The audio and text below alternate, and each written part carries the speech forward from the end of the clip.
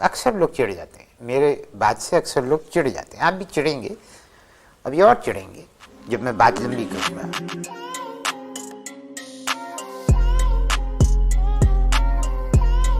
अगली कैटेगरी में आते हैं वो रिश्तेदार जो हमारा करेक्टर डिसाइड करते हैं। लो भैया कर लो बात, ही हमें देंगे करेक्टर सर्टिफिकेट। हमारे कपड़े पहनने के तरीके से, हमारे बोलने के तरीके से हमारा करेक्टर डिसाइड कर लेते हैं कि हम कैसे हैं।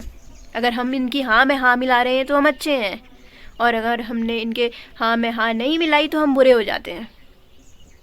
पंगा नहीं, चाहे ये गलत भी हो ना, हम इनके हाँ में हाँ मिला रहे हैं, हम इनके गलत का भी सपोर्ट कर रहे हैं, तो हमसे बड़ा, हमसे अच्छा इस दुनिया में इनके लिए कोई होगा ही नहीं। लेकिन हमने इनके गलत के खिलाफ आवाज़ उठा दी, इनके खिलाफ हो गए, तो हमसे बुरा, हम तो रावण हो गए इनके लिए।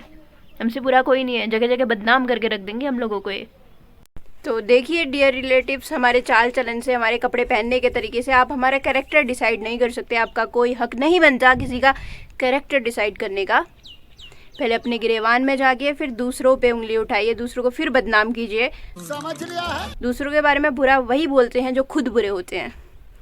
तो मेरी सलाह आपको इतनी है कि खुद की लाइफ में खुश रहिए, दूसरों के बारे में उल्टा सीधा बोलने की कोई ज़रूरत नहीं है। हम अपनी लाइफ में खुश रहेंगे, आप अपनी लाइफ में खुश रहिए। साले बेईमान झूठे मक्कार। तो अब आते हैं चिपकू रिश्तेदार, अर्थात अतिथि तुम कब जाओगे कहने की नौबत आ जाती है इनसे।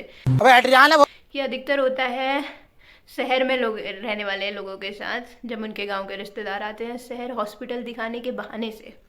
तो अब साल में होने वाले ठहरे 12 दिन, अब 12 से ज़्यादा तो शहर ही आते हैं हॉस्पिटल दिखाने, और कभी कभी तो ऐसा होता है 1 महीने से ज़्यादा रुक जाते हैं। हम पिती जाते हैं अगर धो खेतन होना नू, मतलब ज़बरदस्ती निकालने। अतिथि तुम कब जाओगे वो मूवी थी, उसकी तरह हो जाता है, मतलब परेशान करके रख देते हैं वो 1 महीने से ज़्यादा। कभी कोई पेपर देने के बहाने आता है, कभी कोई हॉस्पिटल दिखाने के बहाने आता है, कभी कोई शादी है उसके बहाने आता है। तो वो रिश्तेदार धो झेलने होते हैं, मतलब मुश्किल होता है उनको झेलना। तो अगली कैटेगरी में आते हैं हमारे वो रिश्तेदार जिन पे हमारे पेरेंट्स ब्लाइंड ट्रस्ट करते हैं, यानी अंधा विश्वास करते हैं। और ये अधिकतर होता है गांव के पेरेंट्स के साथ। उनके शहरी रिश्तेदार गांव पे कॉल करके उन्हें बताते हैं कि उनके पहचान में, उनकी बिरादरी में अच्छा लड़का है, अच्छी जॉब करता है, माँ बाप अच्छे हैं, उसके ख़ानदान अच्छा है, व्यसन पान तो उसमें कुछ भी नहीं है। और हमारे गांव के माँ बाप उन पर ट्रस्ट करके बेटी बिहा देते हैं, लड़की की शादी करा देते हैं। लेकिन कुछ महीने बाद पता चलता है लड़का दारू भी पीता है, सिगरेट भी पीता है। भाई ओए टिक्की, ओए चूना लगा दिया। लड़की की तो ज़िंदगी बर्बाद। फिर ये हमारे गांव के पेरेंट्स होते हैं जो शहरी अपने रिश्तेदारों को कॉल लगाते हैं कि आपने जो लड़का बताया था वो तो ऐसा निकला, हमारी बेटी की तो ज़िंदगी बर्बाद हो गई आपके वजह से।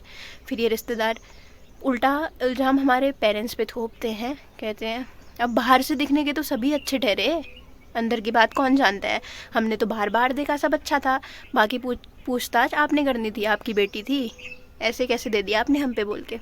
कोई सेंस है इस बात की? हाँ, और जिसने वीडियो का फर्स्ट पार्ट नहीं देखा है प्यारे रिश्तेदार पार्ट 1, तो मैंने नीचे डिस्क्रिप्शन में पार्ट 1 का लिंक डाल दिया है, वो वहाँ से जाके देख लें। और बाकी अनसब्सक्राइब ना करें, चैनल सब्सक्राइब कर दें और करवा दें दोस्तों से। सबसे खतरनाक रिश्तेदारों में सबसे खतरनाक प्राणी है जो, वो है हमारी मासी। या तो मम्मी की छोटी बहन हो सकती है, या मम्मी की बड़ी बहन हो सकती है, या मम्मी की कोई सहेली हो सकती है। आप अपनी उसको शामक को आवाज़ दे रहे हैं, हम बता रहे हैं आपको। ये मासी इतनी खतरनाक होती हैं, आप इनकी वजह से मरने का मन करता है इन मासियों की वजह से। तो ये इनको हम हमारे घर के हर काम में अपनी एडवाइस देनी होती है, खास करके हम बच्चों के कामों में। ये मासी इतनी डेंजरस होती हैं, मतलब हर चीज़ पता होती है इनको हमारे घर की, छोटे से छोटी, बड़ी से बड़ी, खास करके हमारे बारे में। मम्मी दिन के 4 से 5 घंटे तो इन्हीं से बात करती हैं। जब देखो मम्मी इनसे ही बतियाती हैं फ़ोन में। कभी भी देखना मम्मी का किसका कॉल है पूछोगे तो वो कहेगी तेरी ये मासी का कॉल आया है, ये ताई का कॉल आया है। ये लोग परेशान करके रख देते हैं यार।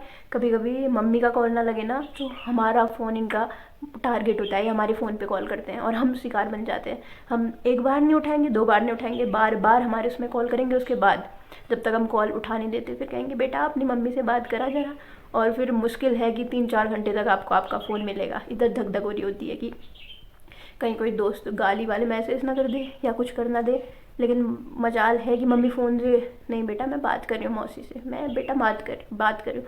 ये मासी इतना परेशान करके रख देती है ना, इससे हमारी दादियाँ भी परेशान रहती हैं, इनसे हमारे पापा भी परेशान रहते हैं। मतलब ये मासियाँ होती ही ख़तरनाक हैं, और अपनी एडवाइस तो ऐसे देती हैं ये जैसे अपना इन्होंने क्या ना कर लिया हो। मम्मी को एडवाइस देने के लिए नंबर 1 पे होती है ये, और दूसरों की बुराई मम्मी इन्हीं के साथ ज़्यादातर करती हैं। हमारी तो ये वाट लगा के रखे रहती हैं। खाल उधेड़ देंगे तुम्हारी, हम बता रहे हैं। हमसे ये सब तनिकबाजी मकालमाबाजी मत कीजिए। अब आते हैं टोपीबाज रिश्तेदार यानी फेकू। गजब टोपीबाज आदमी। इतना फेंकते हैं ना भाई साहब, इतना फेंकते हैं। हमारा कोई काम पड़ गया ना, हमने इनसे बोल दिया गलती से भी, हाँ मेरी तो यहाँ पहचान है, मेरी तो वहाँ पहचान है, मैं तेरा काम चुटकी बजाते ही करा दूंगा, पैसा भी ज़्यादा नहीं लगेगा। लेकिन लास्ट में इनसे कोई काम नहीं होता, और इनके फेंकने में होता है हमारे पास ऐसा है, हमारे घर में वैसा है। जब इनके घर जाओ ना कुछ नहीं होता, कुछ भी नहीं इनके घर में। और इतना फेंकते हैं ये लोग, मतलब मेरे को लगता है कभी कभी ऊपर से महारत हासिल करके आए हैं फेंकने की, तो फेंकना कम कम कर दो। अब ये वीडियो देख के शर्म कर लो।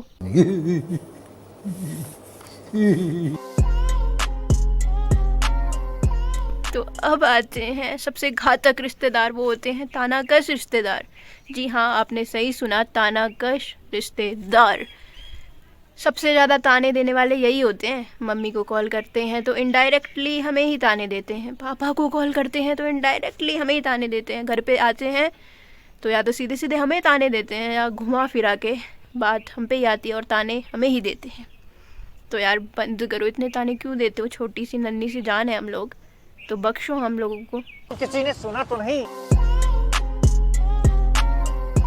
तो अब अगली कैटेगरी है ऑर्डर देने वाले रिश्तेदार। भाई गलती से भी कोई फैमिली फंक्शन हो गया, ये हमारे घर आ गए ना, ये इतने ऑर्डर झाड़ते हैं, कभी इन्हें पानी दो, कभी इन्हें चाय दो, कभी इनके लिए वो करो, कभी इनके लिए ये करो। ऑर्डर पे ऑर्डर, ऑर्डर पे ऑर्डर, ऑर्डर पे ऑर्डर, ऑर्डर पे ऑर्डर। इतने ऑर्डर तो अदालत में जज भी नहीं देता जितने ये दे देते हैं।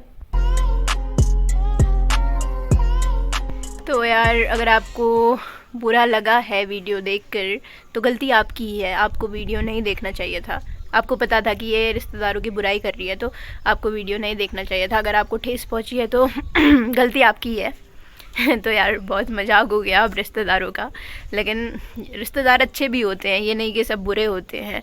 हमारे बुरे वक्त में हमारा साथ देने वाले, हमारा भला करने वाले, मतलब हमारे साथ कदम कदम पर साथ चलने वाले, जब हमारा कुछ बुरा हो जाता है तो हमारे साथ देते हैं, हमारे सुख में साथ होते हैं, हमारे दुख में साथ होते हैं, वो रिश्तेदारी होते हैं। तो वीडियो को बस अपना मनोरंजन का माध्यम मानिएगा। ये किसी के लिए, किसी को दिल में अगर कुछ मतलब किसी को दुख हुआ हो, मतलब बुरा लगा हो इस सब के लिए, तो ये बस एक एंटरटेनमेंट का माध्यम थी वीडियो, और इससे ज़्यादा कुछ नहीं। बाकी अब आपको हम कल मिलते हैं। अगर आपको वीडियो पसंद आया है तो शेयर ज़रूर कीजिएगा। बाय। यहीं तक था जो था।